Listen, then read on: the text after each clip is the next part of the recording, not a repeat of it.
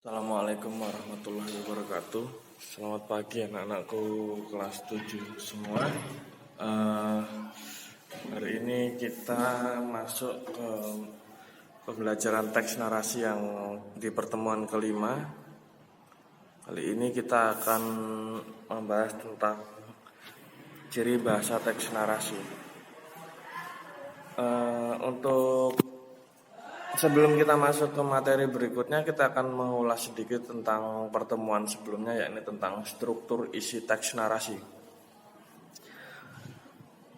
Kemarin struktur isi teks narasi itu kan yang pertama adalah orientasi.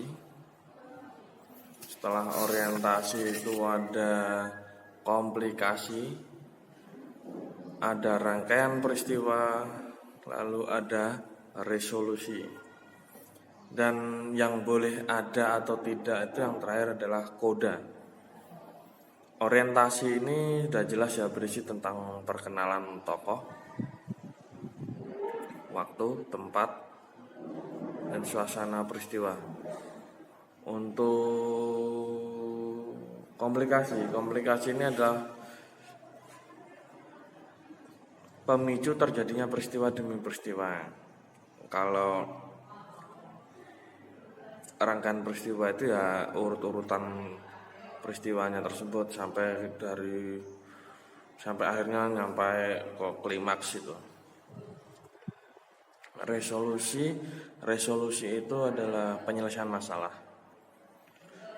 Sedangkan koda itu bisa berisi tentang amanat, nilai moral, hikmah, komentar. Nah, itu koda. Baik, di pertemuan kelima ini kalian akan belajar tentang ciri bahasa teks narasi.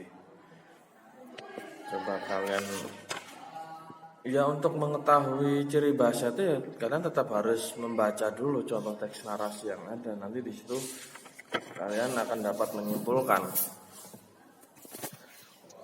Baik, yang pertama, contoh ciri bahasa teks narasi itu yang pertama pasti menggunakan nama tokoh. Contohnya Raja Midas. Terus siapa lagi tokoh-tokohnya di Raja Midas itu? Dewa Anggur. Terus siapa lagi? Nah itu pasti ada tokoh-tokohnya kan. Terus yang kedua, selain menggunakan nama tokoh, dia pasti menggunakan kata kerja.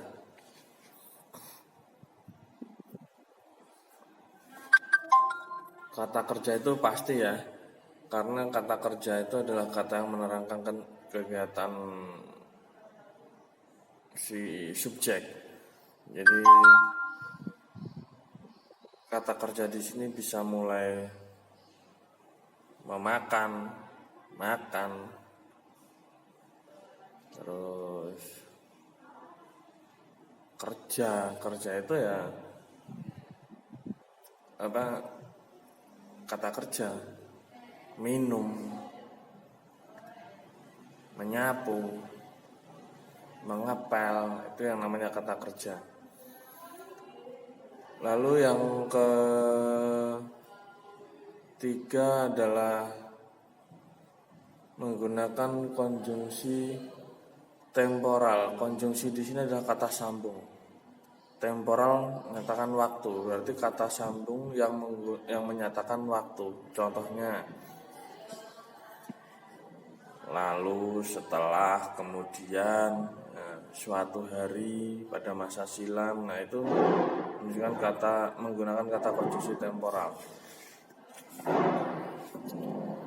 Lalu yang ke berapa? 1 nama-nama tokoh, 2 kata kerja, 3 konjungsi temporal. Kata sifat. Kata sifat ini fungsinya untuk mendeskripsikan ciri fisik atau kepribadian tokoh.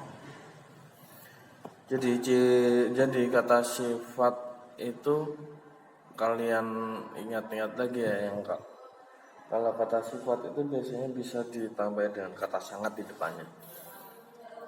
Kaya, sangat kaya. Itu berarti kaya itu kayak kata sifat. Meja, sangat meja. Oh bukan, nggak bisa. Berarti itu bukan kata sifat karena meja itu kata benda. Terus ramah, sangat ramah. Oh berarti kata sifat. Seperti itu. Baik, Bapak kira cukup sekian dulu materi dari Bapak tentang ciri bahasa teks narasi. Untuk yang belum paham bisa langsung japri ke Bapak. Untuk tugas hari ini kalian buka halaman 45. Lalu coba kalian baca dulu. Nah, setelah itu dikerjakan di tabel halaman 46. Jadi 45 sama 46 ini baca dulu, itu nanti tinggal diisi di tabel analisis struktur isi dan ciri bahasa. Baik. Billahi taufiq wal hidayah. Wassalamualaikum warahmatullahi wabarakatuh.